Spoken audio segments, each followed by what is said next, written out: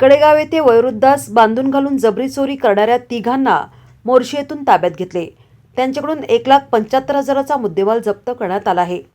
प्रज्वल नरेश मातनकर वय 20, अभिषेक सुधाकरराव बोडके वय 22 आणि ओम प्रवीणराव घाटोळे वय 19 सर्व राहणार मोर्शी, तालुका मोर्शी, जिल्हा अमरावती अशी ताब्यात घेतलेल्यांची नावे आहेत। सदर कारवाई स्थानिक गुन्हे अन्वेषण शाखा सांगलीच्या पथकानं पार पाडली आहे। कडेगाव येथील बाजारपेठेतील शिवांग कलेक्शन नावाचे दुकानात येऊन देवीला साडी घेण्याचा बनाव करून साडीनं फिर्यादीचे हातपाय बांधून तोंडामध्ये कापडाचा बोळा घालून चाकूचा धाक दाखवून त्यांच्या गळ्यातील चेन, हातातील अंगठ्या जबरीनं चोरून नेले आहेत।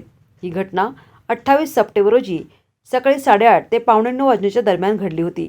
या प्रकरणी नामदेव कृष्णा करडे राहणार सिद्धनाथ कॉम्प्लेक्स बाजारपेठ कडेगाव यांच्या फिर्यादीवरून गुन्हा दाखल झाला असता स्थानिक गुन्हे अन्वेषण शाखेकडे एक पथक गुन्ह्याचा छडा लावत असताना पथकातील police head constable Arun Patil आणि पोलीस शिपाई सूरज थोरात यांना गोपनीय बातमीदार आणि तांत्रिक माहितीच्या विश्लेषणावरून माहिती मिळाली की सदर गुन्ह्यातील आरोपी हे मोर्शी, जिल्हा अमरावती येथे राहत आहेत। माहितीच्या आधारे पथकाने सापळा लावून तिघांना मोर्शी गावातील रामजीबा मंदिराजवळून पळून जाण्याची संधी न देता शिताफीनं ताब्यात घेतले। त्यातील प्रज्वल मातनकर याच्याकडे चौकशी केली असता त्याने सांगितले की तो फिर्यादींच्या कापड दुकानात कामाला होता। फिर्यादीने त्यांच्या पगाराचे पैसे न दिल्याने तो राग मनात धरून साथीदारांच्या मदतीने सदरचा गुन्हा केला असल्याची कबुली दिली आहे।